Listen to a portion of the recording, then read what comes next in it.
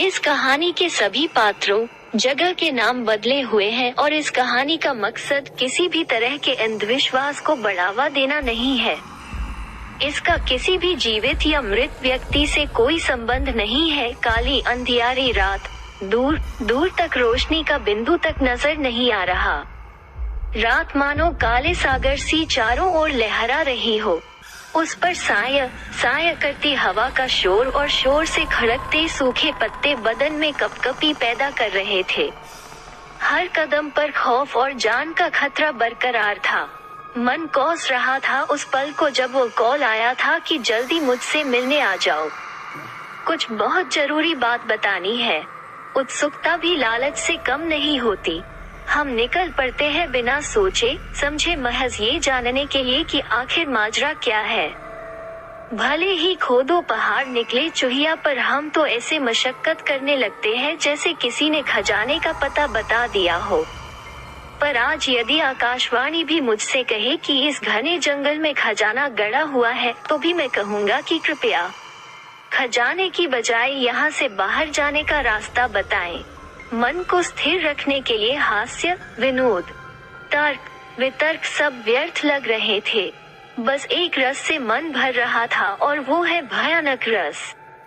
जहन में डरावनी आवाजों का शोर सुनाई दे रहा था जो वास्तव में आ ही नहीं रही थी।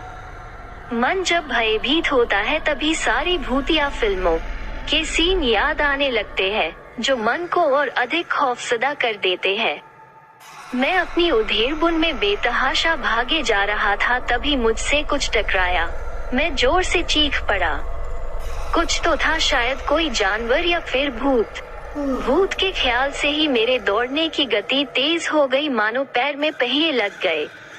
बिना मंजिल और रास्तों के यहाँ वहाँ भटकता हुआ मैं बहुत थक गया।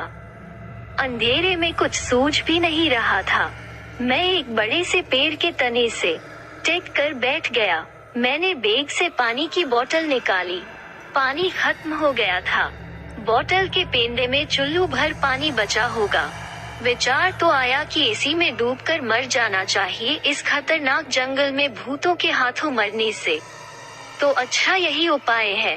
पर इंसान आखिरी सांस तक भी जीने की चाह कहाँ छोड़ता है।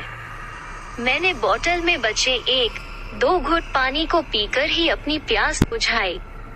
मोबाइल की बैटरी भी डाउन थी। पता होता ऐसी मुसीबत में फंस जाऊंगा तो कभी गाने नहीं सुनता। मोबाइल की मध्यम रोशनी में मुझे अपने सामने कुछ दिखा। लगा जैसे कोई उल्टा लटका हुआ है और जिसके बाल जमीन को छू रहे हैं। जान हलक में आ गई।